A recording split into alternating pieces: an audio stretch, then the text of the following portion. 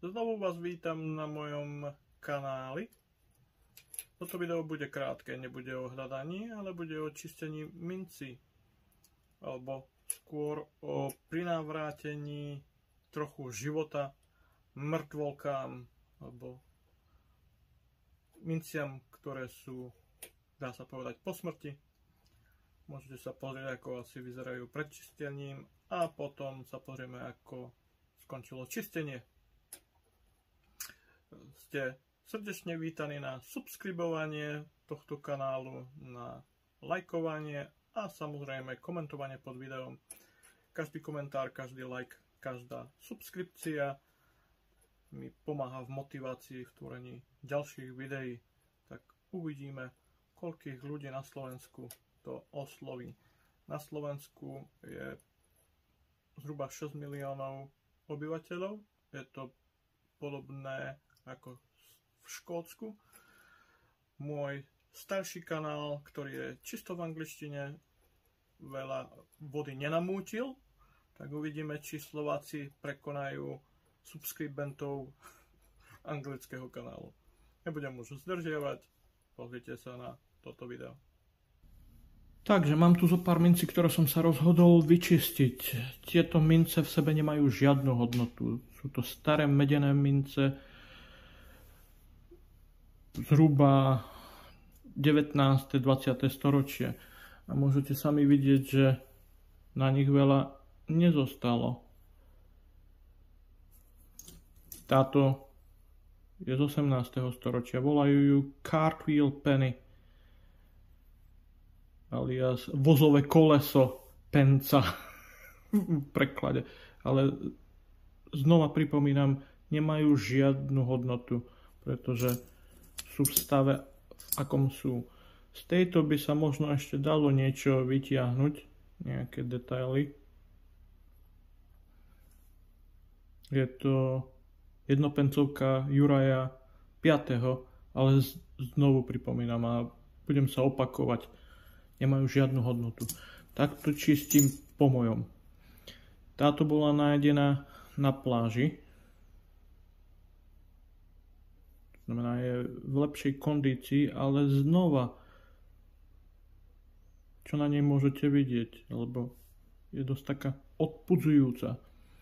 Tak, ja tieto mŕtvolky strčím do tumblera a uvidíme, či z nich niečo vylezie. Takže v tumbleri mám už kovové nerezové, nemôžem to nazvať guličky, ale malé ufá. A teraz trošku octu.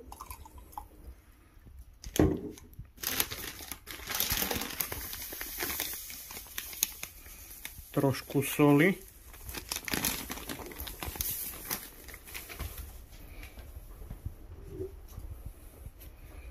Dodáme kvapku jaru.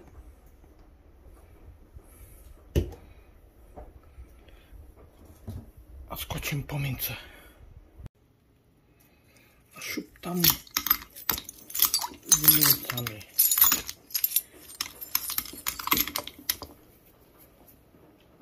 Dáme ešte trochu vody.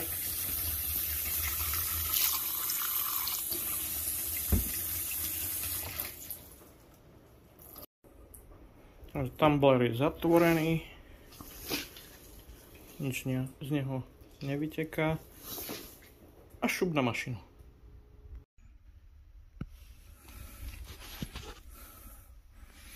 A teraz už iba ostáva zapnúť mašinu. No a necháme to mlieť tak 5-6 hodín. Po 5 hodinách uvidíme výsledok. Takže poďme sa pozrieť na výsledok čistenia, ale čistenia v úvodzovkách. Tieto mince boli v tumbleri, alias v mlynčeku na 6 hodín. Sú už tak trošku roztriedené a vysušené. Rozdelil som si ich na 3 kôpky. Tretiu mám v mojej dlani. Tak poďme sa pozrieť. Tieto sú dosť také, no, mŕtvolka z mŕtvolky. Na tejto minci ťažko vidieť nejaké detaily. Toto tu veľkosť polpencovky, ale takisto ťažko určiť.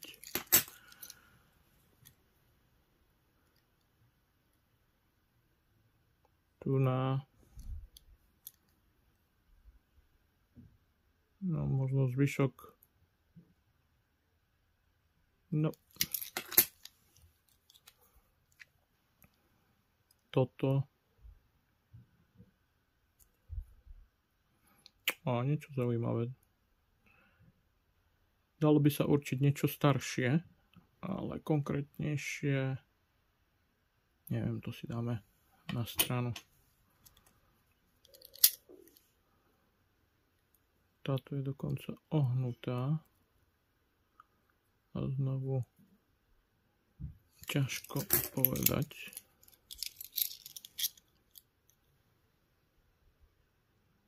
Na tejto dokonca by som povedal, že pozerať sa na tieto mince cez vlastne optiku môjho telefónu je lepšie. Tu je akoby zvyšok Británie, to znamená, panovník by mal byť na tejto strane, ale žiaden zvyšok. Ďalšia ohnutá minca. Táto je iba medená, ale zvykli sa takto ohýbať, po anglicky to volajú Lautuken, mince, ktoré sa ohýbali a skrátka, ak mladý muž vyznal svoju lásku niektorej dievčine, tak to podľa toho, či ho zaakceptovala alebo nie. Ak ho zaakceptovala, tak si tú mincu nechala. Ak ho nezaakceptovala, tak ju hodila cez rameno. To znamená, stratila sa. Táto je iba medená. Ale znova nie je tu nič, čo by sa dalo identifikovať. Táto minca. No, nejaké detaily po obvode sú.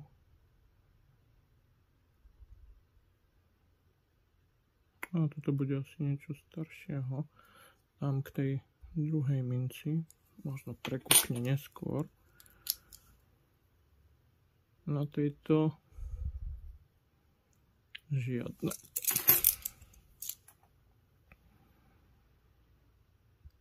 Tu na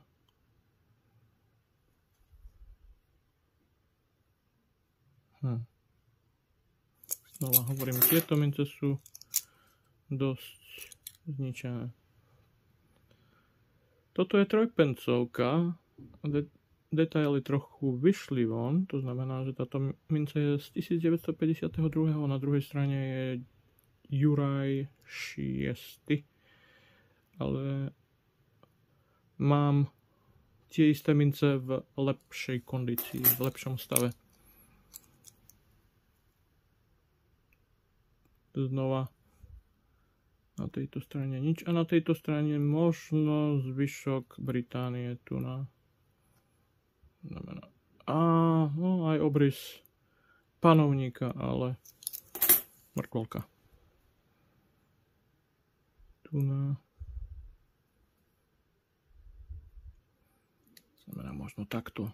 Znova zvyšok z Británie. A na tejto strane by mal byť portrét panovníka. A dokonca toto tu. Dobre, nie sú tu žiadne detaily, ale toto bol gombík. Toto je úplne hladká minca. Dala by sa určiť iba pomocou veľkosti. Neviem, či toto bolo alebo bola voľakedy minca, ale žiadne detaily. Tu nás znova žiadne detaily. Ak by sme sa usilovali, tak možno by sme niečo našli. Toto.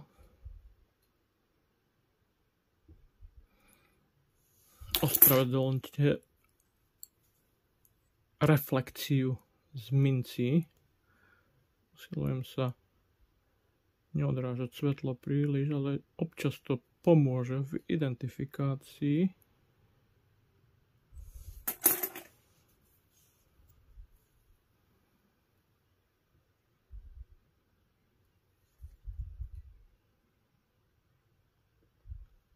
No a možno na tej strane Británia, ale ťažko vidieť. Teraz tie väčšie. A nezoberiem všetko, zoberiem to na dvakrát. Takže toto 1919, to znamená to, že to je Juraj 5. Toto nová mrtvovka. Toto Juraj 5. jednopencovka, ale v horšom stave. Nie, dáme ju tu na. Toto Juraj 5. znova, ale v úbohom stave. Toto by malo byť. Poďme sa pozrieť na druhú stranu.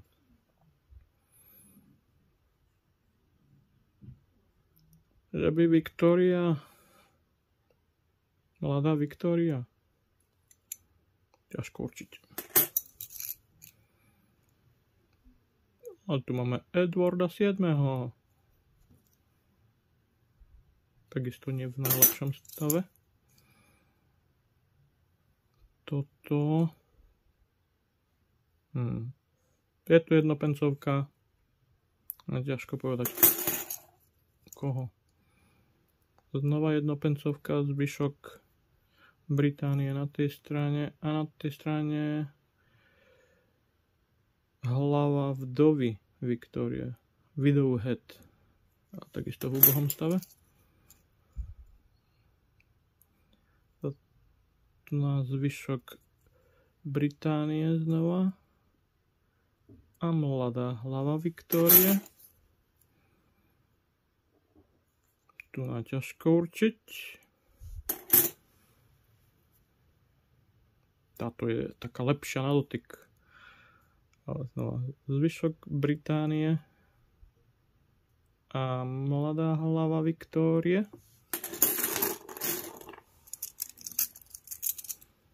Táto je Viktória Widowhead z 1899. Dáme ju tu na. A znova Juraj 5. 1940. Aký to je rok? 1916. A znova Juraj 5. A ak by som našiel mincu Juraja 6. z 1933. tak to by bol jackpot. Ale to sa nestane. Cena takej mince je niečo okolo 80 000 libier. Zvyšok kráľovny Viktórie. Jednopencovka. A znova Juraj 5. 1919. Hladká minca, táto bude Viktória. Podľa stavu. No, vidieť tu obrys. Toto je hrubšie. Znamená, že to bude niečo staršie. Zvyšok Británie na tejto strane. A na tej strane hore nohami bol George III. No dobre, toto dáme sem. Pravdepodobne tá istý typ mince, ale na tej strane ťažko vidieť.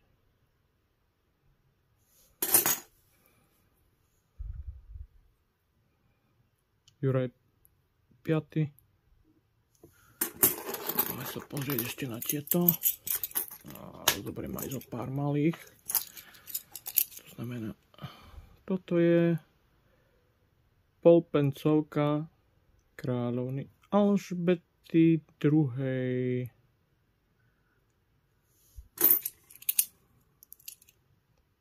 Toto je polpencovka Juraja 5. A znova jednopencovka Juraj 5. Toto je veľká, masívna, hrubá medená minca, ale vyzerá ako cartwheel penny, ale no, nič sa z nej nedá vytiahnuť. To isté. Cartwheel penny na tejto strane. Hladká. Vybrúsená. A tu je takisto niečo staršieho. Ale na tej strane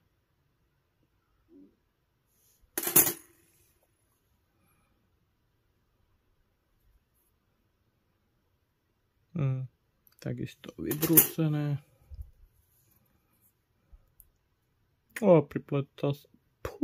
Priplietla sa tu aj moderná jednopencovka. Neviem, či by mi ju v obchode takúto zobrali. A posledná kôpka. Neviem, prečo tu mám aj túto. Takisto je tu niečo staršieho. George II. Volali ho Zemiaková hlava. Dám ju na túto stranu.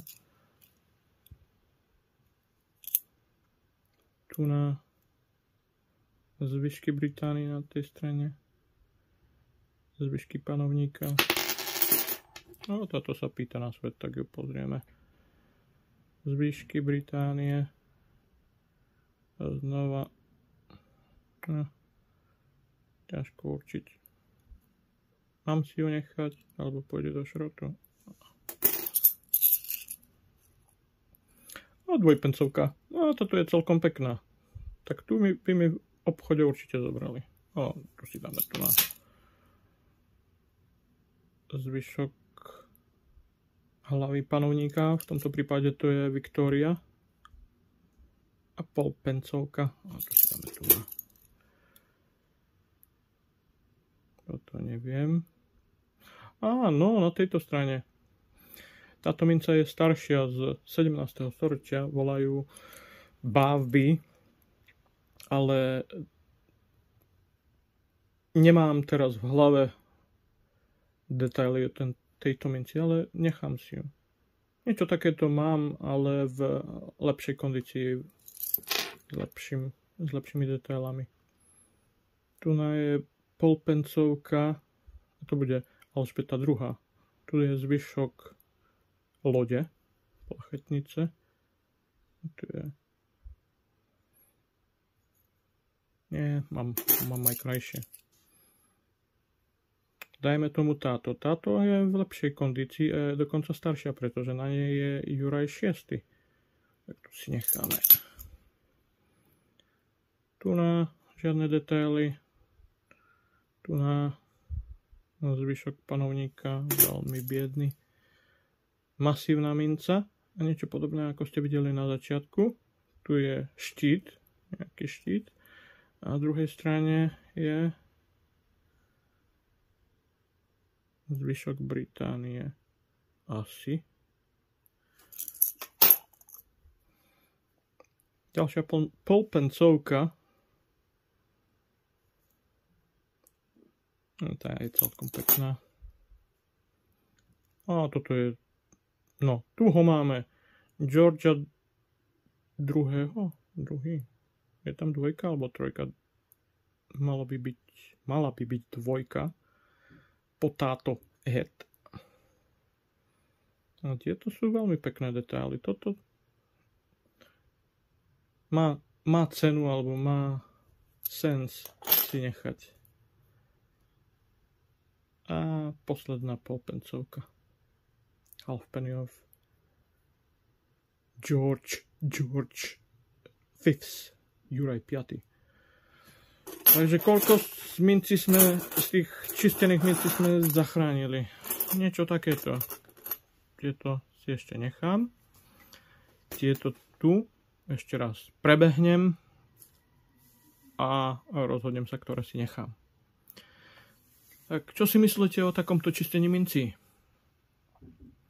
Nechajte mi komentár pod videom.